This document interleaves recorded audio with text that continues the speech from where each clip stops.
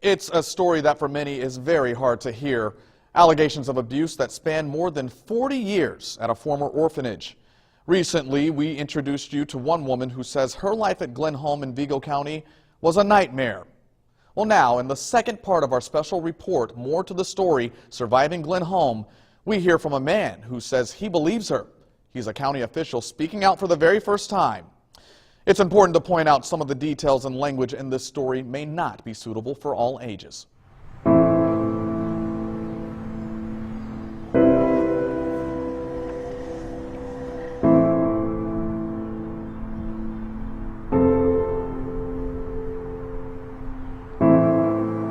Many people thought of Glen Home in Vigo County as a safe haven for kids, but those who lived there share rumors of a dark past. You know, he had his gun in one of his hands.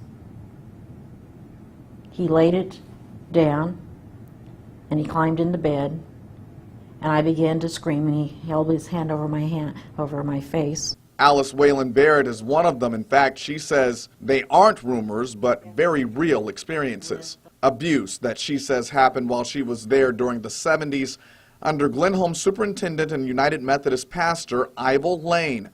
Officials have been silent about any of those claims until now.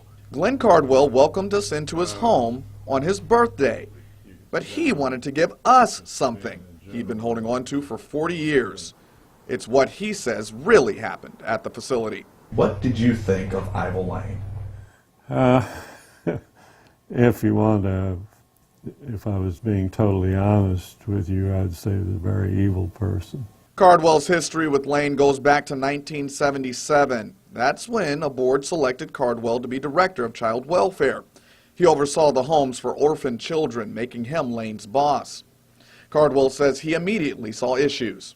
I ran across 2 or 3 kids that had been placed there in the first grade and were still there as seniors. I saw no reason under the sun that they should have still been there. He says he started hearing some disturbing claims against Lane in the home. One rumor was that he was watching the older girls shower and saying to them it was okay because he was their father. He says he took his concerns to a judge. His response was back to me as Cardwell's starting as many rumors as Lane.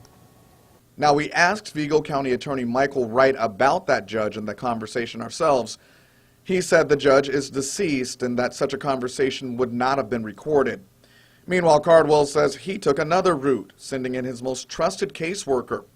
He says she found conditions not suitable for kids. He didn't give us the name of that worker, but we did a quick search and found articles detailing issues with the building's heat and leaks in the ceiling. It was enough for Cardwell to give Lane strict guidelines, something he says hadn't happened previously. The door I saw open was case management, carrying out case plans with individual kids and insisting on it that they happen, and they happen in an orderly way, which is an indirect way of blowing up his world. It all came to a head when Cardwell says Lane skipped a required meeting. And I said, you know, there's no excuse. And you know, you're going to meet with me. And I think it was the same afternoon he went to all 3 TV stations and resigned. With that, Ivor Lane was out in 1978. But Cardwell says the story didn't end there. Again, we should note Reverend Ivor Lane died in 2008. His family has denied any wrongdoing on his behalf. We hadn't to this point heard from the United Methodist Church, where Lane was a reverend. But that would soon change. We'll have reaction coming in the next part of our special report.